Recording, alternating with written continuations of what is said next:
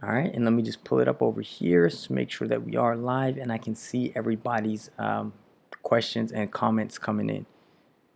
So bear with me one more moment and we'll get started in just a second. All right, so our live stream is up on YouTube. Actually, no, it's not. Let me check what's going on here. Long time. Yeah, no. Andre, what's going on, my man? I just saw the post that you made in our private Facebook group, and I'm not mad at it. It's good stuff. We're going to touch on it today, but obviously I won't go into too much depth on it. All right, one second, guys. The YouTube stream is not working, and I'm not sure why. So let me, we get a lot of questions and comments there. So let me, yeah, let me check on this real quick again. All right, let's refresh. Let me try this. And you sent some contracts today as usual and did some follow-up. Awesome, man. Awesome. And I'm assuming you're doing primarily the listed stuff right now, correct? Okay, there we are. We are streaming on YouTube live now. So DP Buys Homes, what's up? What's up? Laurie is here. We got Chris, Stevie in the building. My man Andre, awesome to see you guys. So yes, this will be our last live show, at least scheduled for some time. So I'm very excited and happy to be here. If you guys have questions, make sure you ask me. I want to get through as many as we can today. Now, in typical fashion, the way we've been starting off the last few shows, I want to start with something not wholesaling related, while some more folks kind of get up in here. So I want to pull up a comment here. All right. So guys, now that I've been doing some more of the educational stuff and YouTube and stuff like that, been getting a couple more eyes on me. LMS Kiera, nice to see you again. I remember from yesterday. And with that has come a lot of hater comments, right? Now, if you want credibility, look credible. That is your opinion, sir. And that's actually how I'd like to start our show this afternoon. Now, guys, let me read you the comment. Kevin's entitled to his opinion. Gave a comment. I accept that. I accept his opinion, rather. I don't necessarily agree with it. So the comment that we received was, cannot take advice from a guy wearing a backward ball cap. Sorry. Fair enough. What I'm going to say without a couple things I could say here. But first off, not take away from my credibility, because we shouldn't be judging books by their cover. So on that note, perhaps you wouldn't want to take this type of advice from a degenerate, but grammatical advice. Advise, that is the verb, meaning to advise, to give advice. So you're probably looking for the noun, which would be advice with a C. So from there, this is going to be my commentary that I gave. So I said, he said, I'm sorry.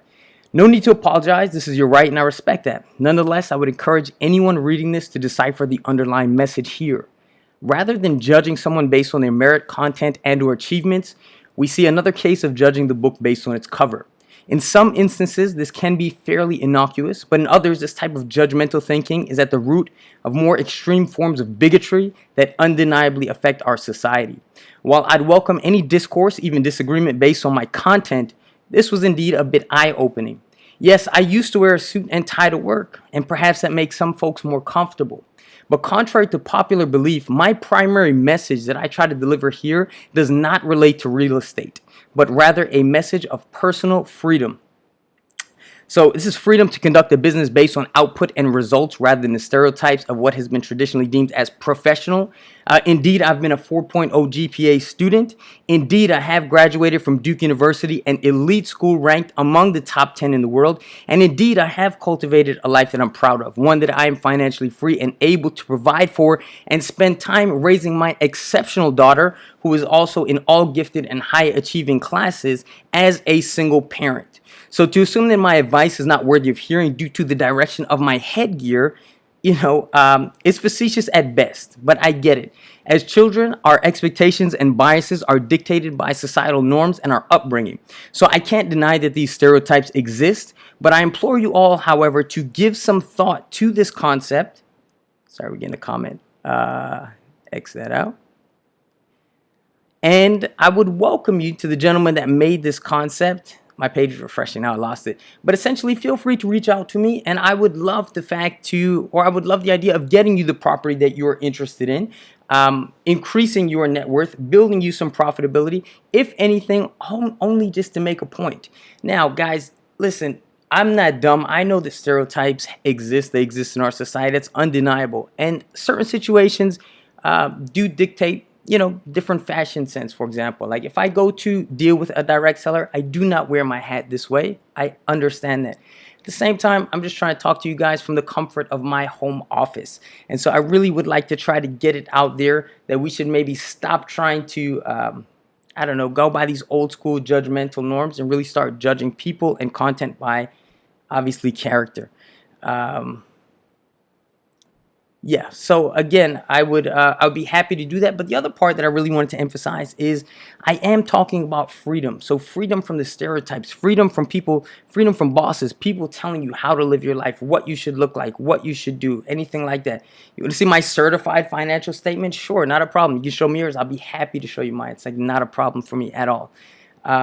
But again, I'm not here to argue, and I'm not here to be very petty. I have my point of view. You have yours. I very rarely try to change people's point of view, but I really would be happy to kind of just talk to everyone else and tell you guys there's kind of a different way that you can choose to live your life. So that's just my point. For anyone who disagrees, that's fine. You're welcome to do so. You're also welcome to exit the room if you care to, or you can stay. You're more than welcome to do so. Um, but again, this is a message of freedom and the freedom to, if this gentleman would like to work with me, I'd be happy to show him what I can do for him. I'd be happy to make him a good 50K or something like that. Or, if he chooses to respond in a negative manner, I can just not deal with this person. A lot of you guys might be working customer service jobs where you have to deal with certain people. And that's the thing that I really love about living my life. I don't have to deal with anyone that I don't want to. So again, this is a message more about personal freedom. Now, kind of to piggyback off of that, I saw something on my Instagram feed today that said, your coffee habit is killing you. And I'm sure many of you have seen a similar meme or exercise or whatever. And they do the thing saying, your coffee is $3 a day times 3 days a week. That's $9. So we'll just round to 10. And then 52 weeks in a year. So you're spending $520 on coffee. And that's just ridiculous. Like you're killing yourself, right? And so, back in the day when I was on my journey and trying to, learn about financial freedom and stuff like that, I read one of Dave Ramsey's books. And to be honest, this thing just doesn't make sense to me at all. And a part of it is to achieve financial freedom. The way to get there is to save your way into doing so. And it wasn't until I started following Grant Cardone where I really started to hear ideas that I was thinking, say, wow, okay, this makes sense. So it's not about trying to save your way there, but rather it is more about creating additional streams of income. And especially with wholesaling, you can do that very quickly. You can do that starting from little to nothing. And then you can make larger chunks of cash in a very fast manner in a lot of cases. So again, that's just another part of this whole financial freedom and freedom of choice, freedom of who you work with, freedom of who you deal with, things like that. On another note, at the end of the week, and then we'll jump to some questions in just a minute, but at the end of the week, I'm going to be jumping on a plane and going to Vegas, as a lot of you know. And I don't have to not wear a hat. I have a one-way ticket. I'll choose when I choose to come back. I'll be there for at least a month, and I don't have to ask a boss. I don't have to have, fill out a vacation form. I will still be working, but I have the option to do that remotely. So again, that's just something to really think about, is how you want to how you want to live your life. And it's very important to kind of set that intention before you start going after these goals or going after the things that you want in life. Because if you don't know what you're doing it for, it's going to be very hard to stay on path, to stay on track, right? So a couple announcements before we get started. First off, I got an email today from Hubzu, and the subject line is, "It's gonna be lit." Which, shout out to Hubzu for trying to get with the times and get cool. It's interesting to say the least, but with the holiday tomorrow, I would advise all of you to just kind of check in. I don't know what they're going to be doing, but for a lot of holidays in the past, like around Christmas time and stuff, they lowered the reserve prices, so you might be able to snatch yourself up a deal. Not sure, but again, it's something that's probably worth checking out. All right. So that's the first one. Next one, also to celebrate Independence Day, my website, cashbuyersdirect.com. You can grab one of those lists at 50% off. So that sale will be good through the weekend. I believe we're doing that for. So those are 50% off. If you want a cash buyers list, go grab it. You can see I have a video on YouTube showing you exactly how to use this list, cultivate your list, build rapport with your buyers, stuff like that. And again, we're dealing with buyers who have already purchased cash. And so they're proven in your market. Right now, I've used this same exact strategy to build my buyers list for the most part, which is now over 12,000 buyers strong. So definitely consider checking that out at cashbuyersdirect.com. All right, so I want to jump into some questions. If you guys have stuff about what's going on, Jay, what's going on, feel free to go ahead and post your comments. Sound is back. Okay, good. I'm sorry that dropped out for a moment. And then yesterday when we ended the stream, we ended talking about earnest money, and I did promise I'd get into that and how we were going to kind of attack that today. Yeah, that's it. Cashbuyersdirect.com. So I forgot who asked the question. If you were the person that asked the question about earnest money yesterday, give me a big shout out. What's up, syndicator? Good to see you again. Yeah, everybody's welcome to leave. I ain't begging nobody to stay here. Let me see your financial statement. Kiss my ass. I mean, I'll show it to you, but really, like, who you trying to challenge? I don't fucking know you. But anyway, guys, the one thing I also noticed, when you get kind of haters, it's typically a sign you're doing something right. No one hates on the dude who has less money than them, has a shittier car than them, is borderline depressed, has no friends, has no significant other or spouse or dating life or something like that. So when you start to get the haters, just know you're doing something right, man. It's all good. It's okay. All right, so we were talking about earnest money deposits, and I believe the question was, I should have had it pulled up, but I don't, something along the lines of, how do we get through it, right? Maxwell, that's my dude, man. We've chatted online. I've never actually met the dude, but I just love his philosophy and the stuff he does. So, typical con job. Good job, bye. Dude, go check my YouTube, and you can see some of the statements there. And if you really request it, I'd be happy to give it to you. But if I give it to you, then do something for me. I want you to shoot me a video and say, I have it. Here it is. Kind of like the birther thing or whatever. And, but yeah, we can do that whole thing. But really, if I hated someone and thought there was a con, I wouldn't waste my time watching their shit. That's so bizarre to me. Anyway, I'm gonna ignore this dude from now on. Sorry, but okay. So we're talking about earnest money deposits, right? Just trying to help here. So now there are a couple of different ways that we can talk about this and go about handling this, and in no particular order. There are a couple of different things. So first of all, for those who don't know, when you sign a contract, you do have to, this typical requirement will be an earnest money deposit. Now, there are a couple ways to do it. When you're dealing direct with a seller, you can put a very low amount. I'd say $100 would be the standard. I mean, I know some people say you can do as little as $10, and you can. I haven't done that because it just seems a little bit more credible to put $100. Typically, when you are dealing with listed properties, the least I would tell you to put down is $1,000 deposit. You could do less, particularly if it's a if the house is like $50,000 or something, you could get away with a $500 deposit.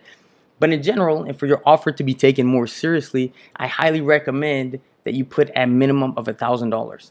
Now, if your contract is assignable, and if you're dealing directly with the seller, I recommend you make it assignable. If you're dealing with a listed property, just understand that there is an inverse relationship, meaning if you make your contract assignable, it's kind of a red flag. It's less likely to be accepted, meaning that, if it's been on market for an extended period of time, let's say over 90 days, then you can probably get away with putting it as assignable because there won't be so much competition. But if it's newer, and a lot of people tell me, Mike, I'm going after deals that are 90 days plus on the market. I'm not saying that's a bad strategy. You can do that because if something's been on the market for a while, it can be indicative of motivation. Maybe sellers just are ready to sell or something. But don't lock yourself into that box, because a lot of properties that do come onto the MLS come in as distressed, meaning they're physically distressed. And so if you're waiting, let's say you have an automatic search set up, if you're waiting 30, 60, 90 days to see these properties, they're going to get snatched up within the first week or two by other investors. So that shouldn't be the only criteria you're using. You should absolutely have another let's say automated search or something that does not have that filter. But anyway, if it's something newer, then you do want to just put non-assignable. So we'll get back to that in a second. But for the assignable stuff, you don't have to worry about the earnest money deposit because your end buyer will end up putting that money up for you, right?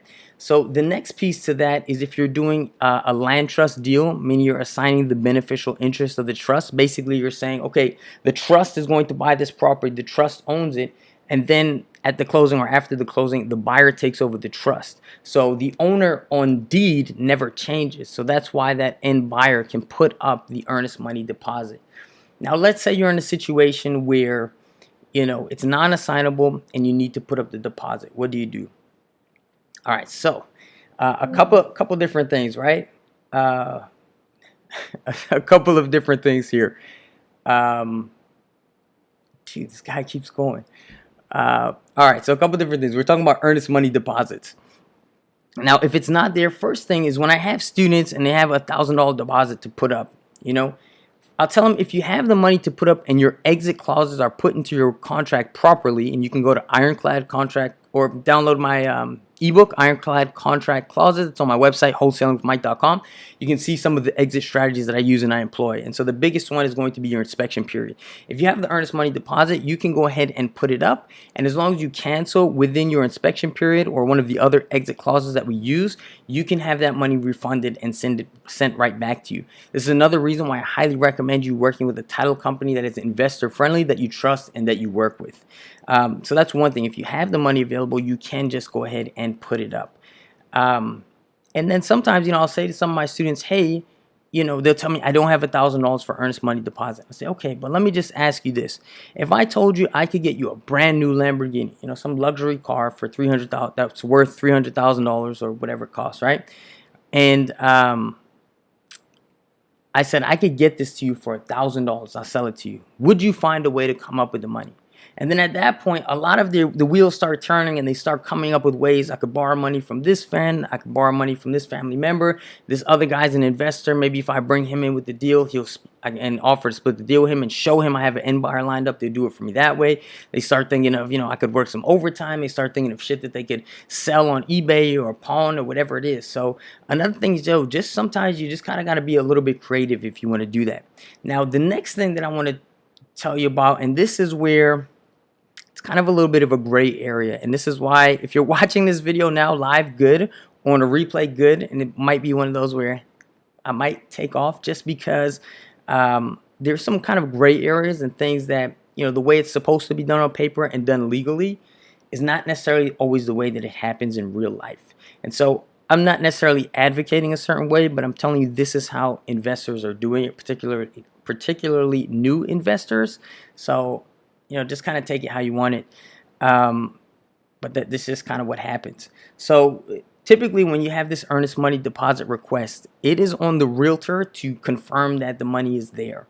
So there are times where if you're trying to put an end buyer in place or just feel the market out or get an offer and you don't have it, again, this is not necessarily the ideal situation, but it happens, especially when you're trying to do your first deal. Now, I will say once you've done your second, third deals, you should get to a place where that's not a problem anymore. So typically a lot of these obstacles and roadblocks tend to happen initially. There's initially a higher barrier of entry, right? So this is not supposed to be this long-term strategy, but this is kind of the way it works. So again, it's on the realtor to confirm that earnest money deposit is in. So typically what you'll do is you'll try and get an offer from an end buyer just to know that you are secure.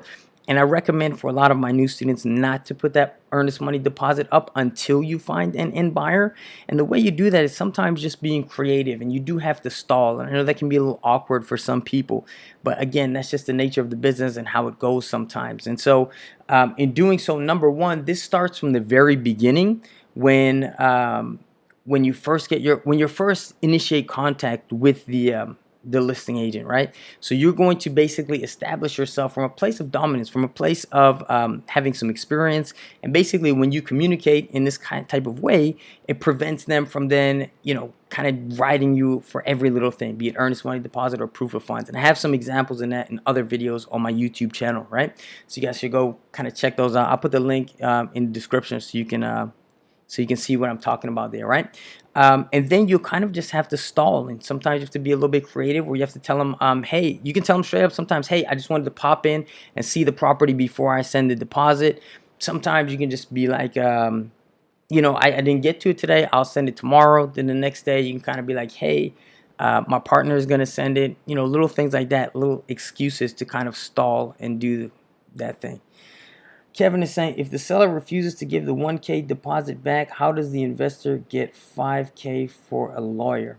I'm not sure if I fully understand the question, but I would recommend you do not give an earnest money deposit to the seller. You want to give your earnest money deposit to the closing agency, your escrow company, and they will be holding it. And that's why all of your contracts and your contingencies need to be solid so that nothing is open to any type of subjectivity. So, for example, I mentioned yesterday some of the contracts, like Virginia, for example, their inspection clause by default says something along the lines of, don't quote me exactly, but it's like for the inspection period, you have to provide to the seller proof or like the inspection report from a licensed contractor. Now, if you did that for every deal, that could be costly, and especially if you're just getting started or you can't flip it and you do have to cancel, it just doesn't make sense to do that. So that's why you have to go and submit an addendum or add into the additional comments that the inspection will be done at buyer's sole discretion. I have some verbiage again in my PDF that talks about that. So you do want to make sure that your contract is crystal clear. So if I send, let's say, $1,000 to my title company, let's say my preferred title company, Independence Title, right? And then I have in my contract, hey, if I cancel before, let's say, July 7th, I get my money back. It says that very clearly. And then so if on July 5th I cancel, the title company has to send me my money back. So hopefully that answers the question. How does the investor get 5K for a lawyer? I'm not sure if I understand the second part of that question, but hopefully that makes sense to you. And then also you got to think of it, this may be what you're getting at, is if you do kind of not put up the deposit, in a lot of cases, if your inspection period is still running and they really harassing you for it, you can just still cancel. And then you have to think practically, look, are you supposed to? You have signed a legal document, so you are supposed to, by law, put that money up within the specified amount of time. So typically, let's say 3 days. Another thing you could do is, there are a lot of different ways to look at it. Like, say if you do it on a Friday, it goes by business days. So if it's 3 business days, you're not liable for, let's say till Tuesday. And then you have some time to feel out the market and feel out your buyers and see if there's anything there. So that's kind of another way to do it. Like, for example, if you guys get a counter, you have 2 days typically to sign and send. So that's just another way before you've signed any counter offer, or even if there's small terms that are changed, you can wait on it. It's just another way I talk to my students about really expanding that deadline and how much time that you have. But you also have to think about it practically. Like, is it in a seller's best interest if you're already within your inspection period and you can cancel, and you tell them like, hey, it's on the way, and you're speaking in a frame that makes them confident the deal is going to go through? Are they really going to get an attorney and like this comment says, pay 5K or pay whatever they have to pay to try to get a $1,000 earnest money deposit out of you? It's just highly, highly unlikely. So hopefully that makes sense, guys. I know it's I don't want to go into too much detail there because, yeah, again, it is some kind of gray area, and you do have you have signed a contract and you're agreeing to certain things. But just in the real world, it's also been my experience, and also dealing, having done deals and doing deals regularly, there are times where I am working on a lot of different properties at once, and then I've had agents ask for the earnest money deposit, and I've dealt with it. And I've had times where just I'm kind of initiating a lot of the communication and saying, hey, just so you know, we're doing inspection this day, we'll probably be ready to close this day, and kind of not letting them doubt the deal. A lot of times they're just trying to make sure the deal is legit. And so by the way I speak to them in demeanor and things like that, they don't even ask me for it. And I've had times where we get the final HUD statement, and then the listing agent says, hey, by the way, they didn't give you a credit for your deposit, not even knowing I didn't put it up. And I've had several situations where I have not put it up and it just never even came up. But a lot of it's because I'm very proactive in the deal and always asking questions and kind of moving it forward, right? All right, just because the contract's clear, the seller can still honor the contract and make you sue knowing you can't afford to defend the action. Title will not refund money without seller's authorization. It depends. On some things, it's very clear. like I said, if you're within your inspection period and you cancel, that's contractually agreed upon that both parties have signed to. So that's never been a problem for me. Also, there are other contingencies that you can put in your contract in the, let's say, additional comments area that I detailed in my PDF. I'd be happy to send you, which says, the seller agrees not to hold title company. And of course, it's grammatically more correct, but just paraphrasing here, the seller will not hold the title company responsible in such and such event, and you have the seller basically agree to it beforehand. So that's how we do it. All right, so let me get to a couple of questions here. Can I do a quick walkthrough on A to Z, or do I have a YouTube video for that? I do have a YouTube video for that, probably a couple. I can post in the description, but it's kind of one of my first videos I put on here. It's got like a green frame around it, and it's from my program where I teach how to do this stuff and how, give some examples of my first deals when I was working with my mentor and stuff like that and how we did it. All right. All right. How do you get out of paying the earnest money to banks on bank-owned properties with the buyers in money? So that's the same question that we just answered. It doesn't change. So hopefully that, if you have a follow-up to that question, let me know. What would you say on a probate deal? Say to who? And if you guys give me like a little bit more specific on that. All right. The month that I'm going to be in Vegas, will I be posting? I will not be doing the live sessions here. Most likely, if something comes up, I'll definitely shoot you guys an email or put something on my social media letting you guys know. But just in terms of planning, I try to let you guys know in advance so you can clear your schedule. Nothing planned for that in this time. Reynolds says, just got a property under contract. Give me some advice. Again, I need a little bit more details, guys. Kevin, I'm not denying that real estate can be a ruthless business. Indeed, it can be. What I'm saying there are other strategies that you can employ that I have done, that my mentor has done. A lot of people in this industry have done very much successfully. First-time buyers can get destroyed. That is possible. One of the advantages of wholesaling is that you are not risking your money. You don't have to buy. Even when we do buy during a double closing, we use transactional funding, which is provided by a transactional funder that is not based on your credit. You don't have to pay for it, and it doesn't happen before the end buyer puts up their money. So there's therefore no risk to you or to the transactional funder.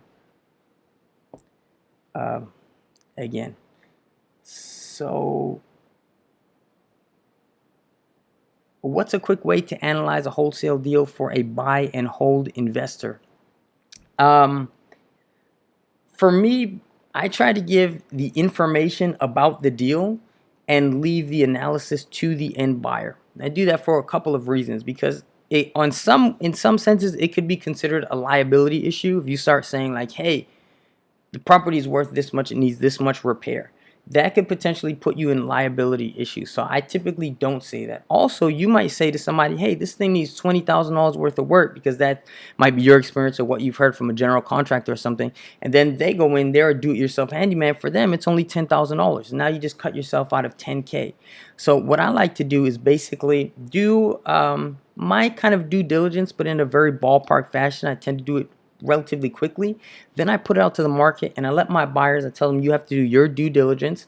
And then after that, they'll typically come back to me and say, yes, I want it, or they'll give me a price and tell me what would work for them. And I always follow up and ask my buyers for that. Hey, okay, you told me you're not interested in that. The next question that comes out of my mouth, what price point would this be a definite yes for you? And then I go back, and again, that goes back to, guys, what we talked about, building rapport with my buyers. My buyers are not there to be some number that I just throw deals to. Like, I want to form relationships with these people. I want them to say, hey, Mike got me the sickest deal, you got to go talk to him. I want them to say, Mike, you got me a great deal last month, just get me a deal this month. If you just send it to me directly and text me, I'll look at it immediately and give you an answer within 24 hours, but let me get it first. I have relationships with certain buyers like that. And that's ultimately what you want to cultivate, is really, this is a relationship-based business. And that's why that's very, very important to you. So even, I have times I say to my buyers, hey, I'm forward with them, and they know because I have my deals under direct contract. And I say, hey, have not been to this property yet, it's a foreclosure, it looks like a good deal, it looks like the roof might need some work or the kitchen might need some work, go take a look, let me know what you think. And because we have that rapport built, they'll just go ahead and do that, and then they'll give me feedback, and I say, look, give me the number, it works for me, I'll go back to the seller and make it happen. So now I'm also providing a service for them, right? But I do typically start with the ideal formula, 70% times ARV, and then minus my approximate repairs, and then the profit. But again, that's idealistic, guys, and especially when you're dealing with listed properties that tend to have a bit higher competition, you probably want to start off a little bit higher, especially if you're in a high demand market like I am, because you have to get control first. Remember, those negotiations do not end when you get your contract signed. You do the negotiations, you get control first. Then you give it to your buyers. You get the feedback. They might take it at the price you advertise. Perfect, great. Even if they do, you can always still go back to the seller, particularly if they're representing like an REO or bank or something, and still ask for a price negotiation. In some cases, you extend that to your end buyer, but in some cases, you can just keep that for yourself. It's just a matter of, asking. So, sorry, just to get back to the question, how would I analyze a wholesale deal? That's how I would do it, and I would let my buyers decide. Now, there's some loose rules. One is the maximum offer price, and again, a lot of that's based on, because a lot of hard money companies, that's what they lend at, 70% of ARV.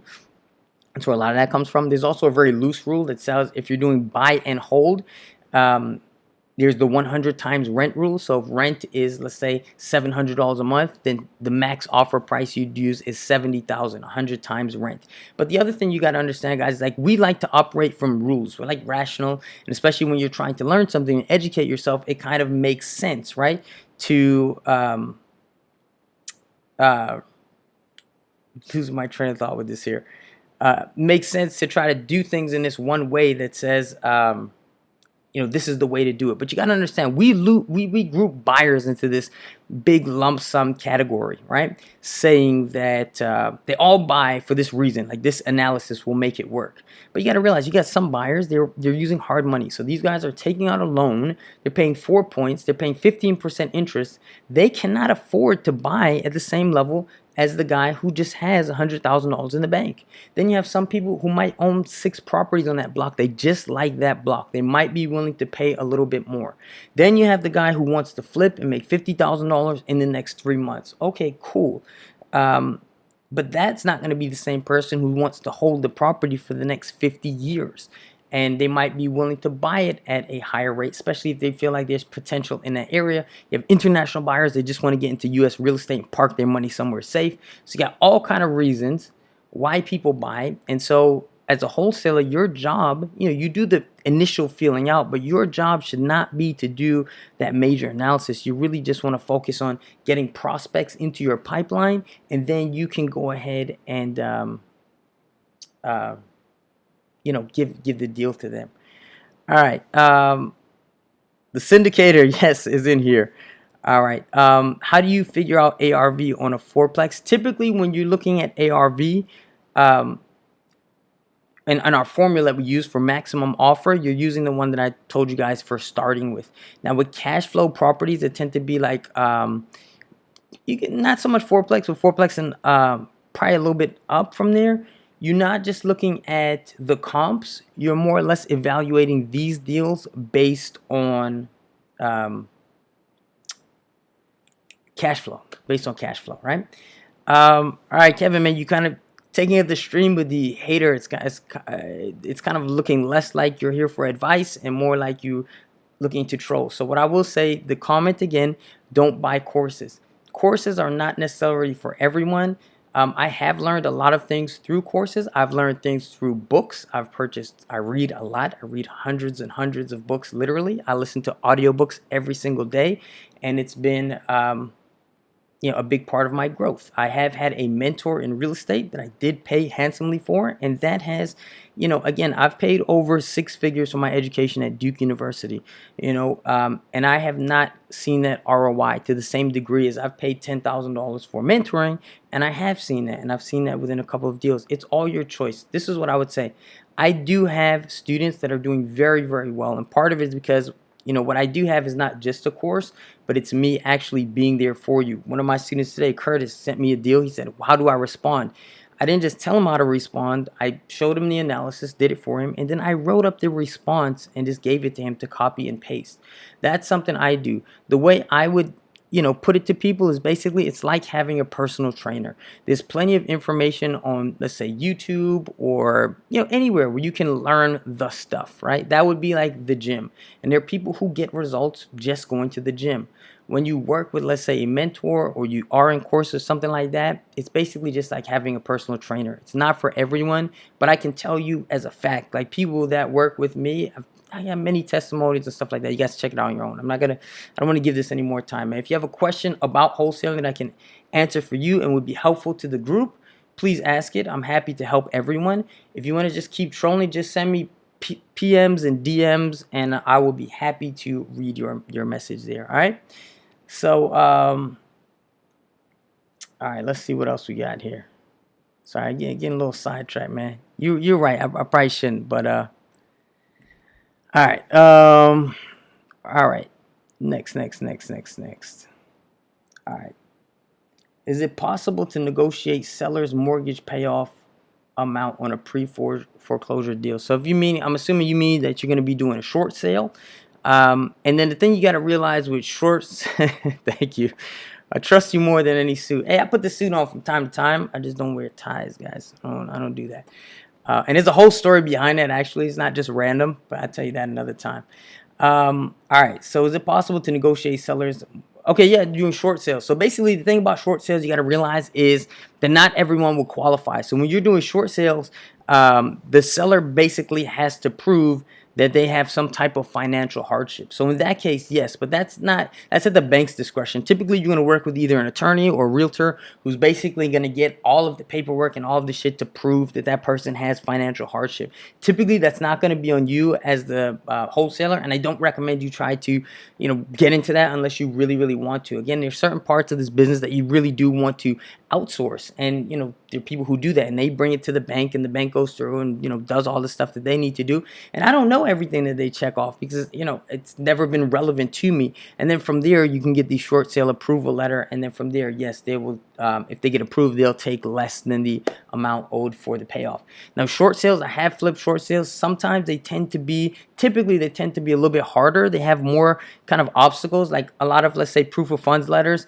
If you use, let's say, something off some of the free sites, they've worked for me even on REOs back in the day, which can be strict. A lot of times it depends on the bank.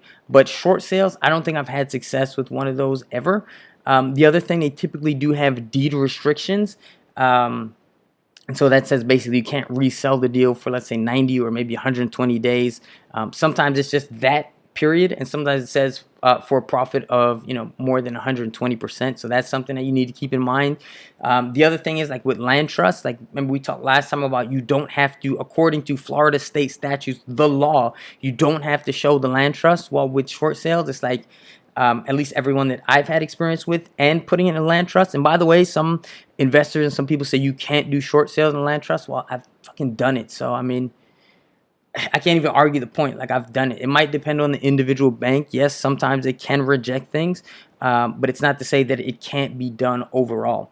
So yeah, from there, the only thing is when I have done a land trust, like they definitely insisted on seeing the trust, and that's just again something where I just caved. The last one we did, they were so strict that I was doing it with a student of mine. We were flipping, but in the land trust, and we were using like my proof of, like, my student was the trustee, and they were using my proof of funds because I was named as the beneficiary, which is how we do it a lot of the time, not always, but a lot of the time.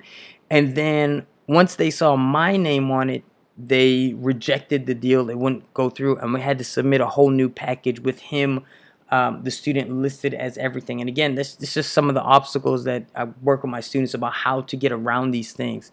So that's just a couple words. Short sales are definitely 100% doable, but sometimes they have a couple more like obstacles for you to kind of hop over. All right. Hey Mike, if you have a list of free and clear, by the way, Ace Marketing, good to see you again. Always a pleasure. Thank you for being here for freaking 3 weeks. But if you have a list of free and clear absentee owners with numbers, how would you approach them? analyze the property before you call or just call. I personally would not waste my time analyzing the property before I call. That's similar to an analogy I gave a while ago where I told one of my students, it's like, imagine you're a lady, you walk into a room, you want to get married, and you're looking at thousands of potential dudes. They're all equally handsome, whatever, and you just start you zone in on one dude and you're like, well, how much money does he make? Can he have kids? Let me check his social security number. Let me do this. Let me do that and all this stuff. When that dude might be married, that dude might not be interested. And so in this case, these people, if you're spending your time doing this analysis, they might not be interested at all. If you wanted, if you wanted to do something very, very, very quick just to get a general idea, you could. But typically what I would do is have a script to work from. And this will also give you good practice for when you're dealing with any type of motivated seller. But have a script, and you basically just kind of get to the point. I'm an investor in the area. I'm interested in, we've been purchasing in the zip code, blah, blah, blah. I'm interested in buying houses. And then basically just run them through the script, and then you got to get those initial answers very, very quickly, which is the main three are, why are you interested in selling? What's your mortgage balance? And then what is the lease that you will take for the property. And so again, you want to have a script to work from, but I would rather just go through the cold calling very, very quickly and not spend too much time on on that. All right, so what's my number one? Shane, what's up? Welcome. What's my number one marketing channel right now? So again, when it comes to quantity, like how many deals I'm doing, that's between JV deals that I do with other investors, sometimes other wholesalers that I give their deal to my buyers, and vice versa. And also listed properties on the MLS. I use RealFacts. I'm able to make, a lot of offers very quickly. I can make 20 offers because I have my templates already set up in a matter of minutes. So in terms of quantity, it'll be those deals. Typically, a lot of the MLS deals, while there are exceptions, you guys have seen on my YouTube channel, some of them $20,000 spreads and stuff like that. But typically, those spreads do tend to be a little bit smaller, maybe 5K, 6K, 7K, stuff like that. So the spreads are smaller. And then in terms of quality, when I do direct mail marketing is my other primary niche. Those tend to be larger spreads, but I don't do those in as much quantity, like as often. And what does my team look like today? So right now it's me, and I work with 2 VAs. Now in the past, I've told this story before, but I got started with my first deal, and I read the 4-hour work week, and I was like, fuck it, man. I'm hiring this VA, and he's doing all my shit, and I'm gonna sit back and just wait for my money to come in, right? And as you can imagine, I didn't really work out in my favor. So I kind of had to stop, and I wanted to bring everything back in-house. And I have a lot of students that are kind of eager to get to that point of like, just let me hire the VA. And what I would say to you is that before you do that, I recommend you get very, very proficient in what you're doing. I recommend you do a lot of talking on the phone. I want you to get your sales skills up. I want you to get your negotiation skills up, and that to a point where then you can then train someone to do it in an effective way. Also, I just think it's great training. And I know that at the time where I outsource, let's say, talking to direct sellers, my life will probably get a little bit easier, but inevitably some of those deals that I could have closed will definitely drop off the table.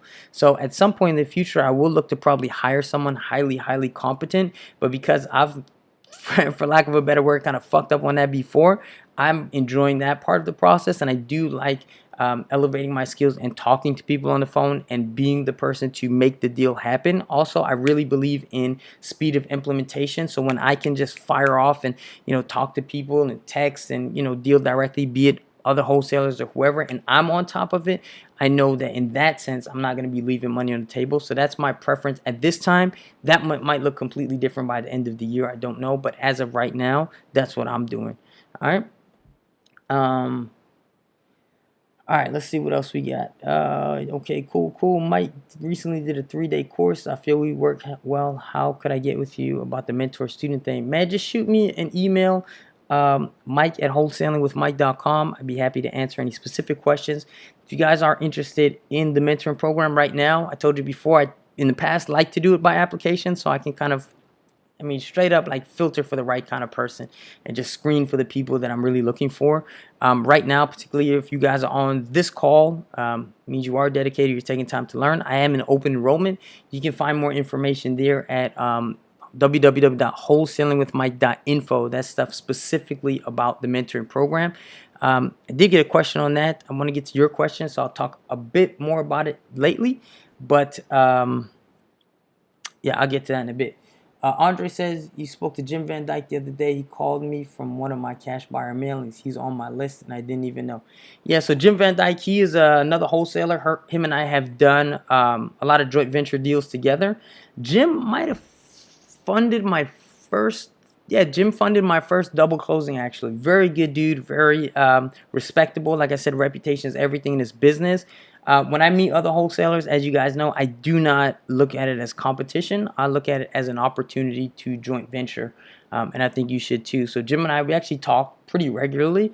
Great dude. You guys should get on his buyers list and do business with him, man. Jim's a great dude. One interesting story about Jim is that he initially got into this business with my mentor, Lex, and wanted to be a rehabber. And I think he might have done a couple, and he was basically like, I'm putting up all the risk, all my money. I'm doing this work I don't want to do.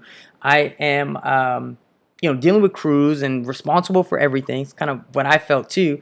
And he's like, and this wholesaler is getting paid to not do any of this shit. And so he actually went in reverse. I think a lot of people say, I'm going to wholesale first, and then I'm going to rehab, and then I'm going to buy and hold. But we would very much connect on that level. He's like, dude, I don't want to take the risk. I'd rather make the fast nickel over the slow dime any day of the week. And so Jim is obviously a full-time wholesaler. And I don't even know how long he's been doing it. He's been doing it for a very, very long time. But yeah, Jim is a good dude, man. All right, so let's see what other kind of comments and questions we got up in here. All right. What about programs that find buyers and sellers? What type of programs are you looking for? I mean, if you're in REIFax, for example, if you're in Florida, I'd recommend that. They have access to both cash buyers and to sellers by way of listed properties, access to the MLS IDX, which is convenient because it pulls all the listing agent information in there for you to email. And they also provide lists, so you can buy lists, not even buy, you can generate lists. You already pay like a monthly subscription fee. You generate the lists with certain filters such as pre-foreclosure, absentee owner, and amount of equity, which is actually very good. That's another thing, if you're not in Florida, you can use ListSource for, but this is a way where if you're already in this system, it's essentially paid for. Other than that, there's a lot of different ways. I recommend you read my free ebook that is at www.needmotivatedsellers.com. You can check that out. Lewis, I do recommend Hubzu, but I don't recommend it in the same way as I used to, in the sense that this is a good stream for supplemental deals, meaning you can probably scoop one of those once, maybe every 3 months or so, but I no longer look at it as something that is reliable for everyday deals.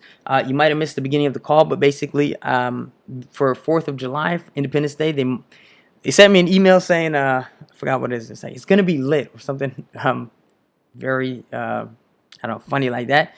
But you might want to check it, because typically during a lot of holidays, like last year, Christmas, stuff like that, they do lower the reserve prices. And you got to figure, a lot of people might be out, might be at barbecue, they might be getting lit, so there might potentially, I don't know, but be lower reserves and or decreased competition. So I definitely would recommend you guys at least check it out tomorrow, and perhaps even through the weekend. They might even do it for more than a couple of days. All right, so that's that. What should the newbie wholesaler be doing daily to get their first deal? Can you give us a plan of action of, say, 30 days we should do that you feel, if we followed our efforts, would allow us to land a deal? And to avoid information overload, what should newbies have laser focus on?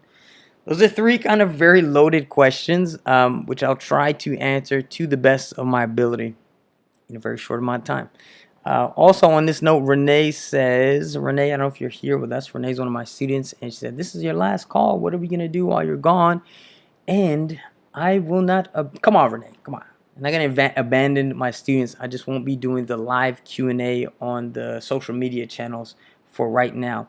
Indeed, sir, Hubzu does require proof of funds for bids. You would also know, if you watch my YouTube video, that they are slightly more lax about that proof of funds. So you can go to a site such as like I think it's besttransactionalfunding.com. I have the URL in my actual YouTube video where you can generate a free proof of funds, which is not, some people are like, that's dishonest.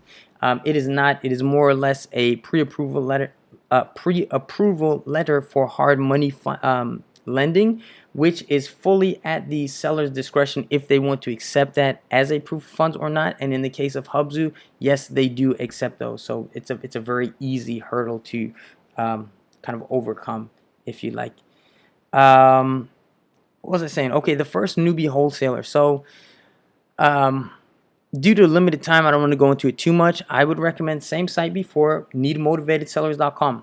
Read the ebook. It's there. It's free.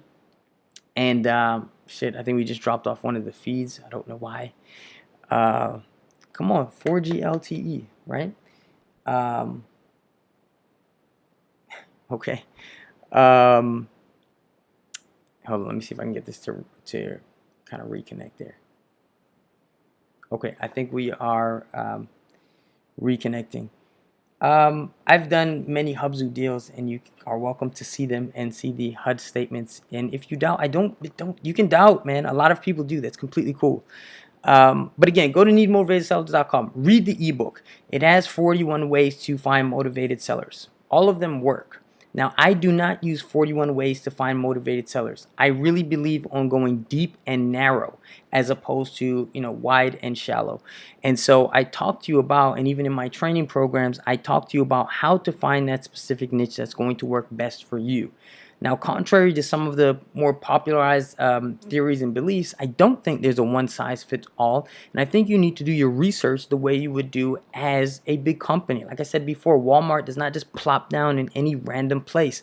They look at as much information as they can, demographics, growth projection, things like that. And so when you see, if you go to my YouTube channel and you look at let's say the target market videos, that will show you how to identify and how to even create heat maps showing you what are the most in-demand areas, showing you how many people are purchasing cash versus how many people are purchasing retail. You can also use Google, guys. You can use sites like City-Data. It will tell you about the demographics. It'll tell you about the neighborhood, how many people are renting versus how many people are purchasing. You can go to sites like GoSection8.com and learn about get a feel for how many landlords are in that area and who's going to be your target market.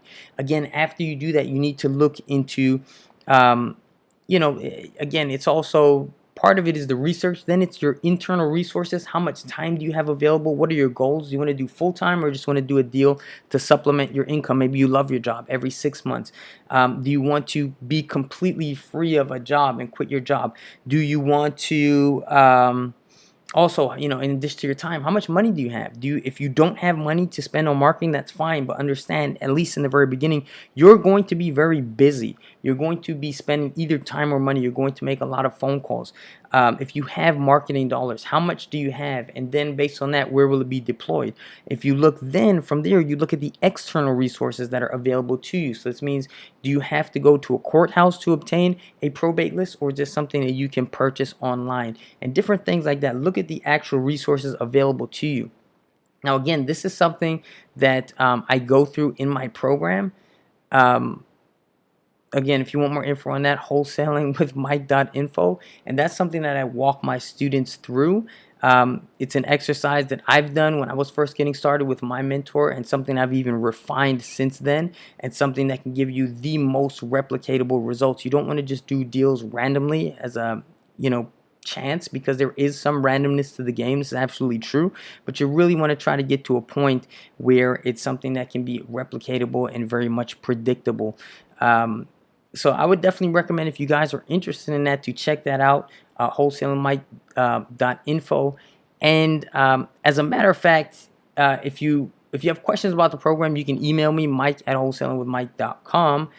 You can email me there. I'd be happy to answer any questions that you have, possibly in more detail. We're almost out of time, so I don't want to go into too much time here.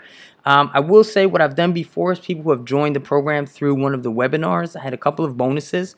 So anyone that that would like to join or is interested in joining, that does join, let's say I'll keep it open through the weekend, I will purchase a proof of funds letter subscription for the next 6 months on your behalf. That'd be from my preferred proof of funds person. This Get POF, you guys can check it out. That costs $400. I'd be happy to do that for anyone who joins the program. If this will be on replay, so it'll be prior to, let's say, Sunday. If you have questions, you can reach out to me about that. I got another question saying, on that note, what does it say? It's here somewhere. What's the best website that won't be questionable for a proof of funds letter in 2018? There's no such thing other than a bank statement, and you will get to the point where you'll have that bank statement. Before that, you just have to increase your odds. Not every proof of funds, my preferred one for paid proof of funds letters is Get POF, because they provide you with an actual bank statement, and that can make a difference. It will significantly increase your probability of getting deals accepted over one of the ones that's free, but it's not 100%. And again, nothing other than actually having that cash in hand will be 100%. But again, guys, this is not something where you need to, succeed, get every single deal. Back to our analogy, if you're looking to get married, you don't need every fucking girl that you talk to like you. You just got to find the one.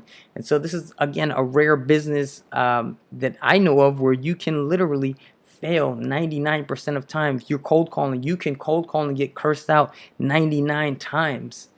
And still, one time, if you do that one deal, you make your 10K.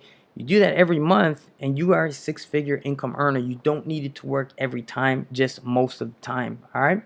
So with that said, it looks like we are out of time, guys. This has been an amazing 3 weeks. I enjoyed this, hopefully as much as you did, and probably a lot more. And I'm getting some really good stories and comments and questions and testimonials, and doing business with students and doing joint venture stuff, or watching some people take off on their own. This is an absolutely amazing journey. I would encourage you guys to follow me on social media. That's probably where you'll see me. Instagram is going to be best, Mike Hill TWT. Probably more so than YouTube, to kind of, I'll probably be doing shorter things when I go out to Vegas. But again, consider that, guys. This is talking about freedom, and you can see, especially some of the haters, that this is very much a real lifestyle. I don't live in Vegas. I will be going there and staying there for a month, and it's going to be freaking amazing. So please join, and you can see how I celebrate and how I do vacations and enjoy those festivities. And sir, despite the hate, I'm glad that you stayed here for the full hour. It's not something I do personally, but welcome.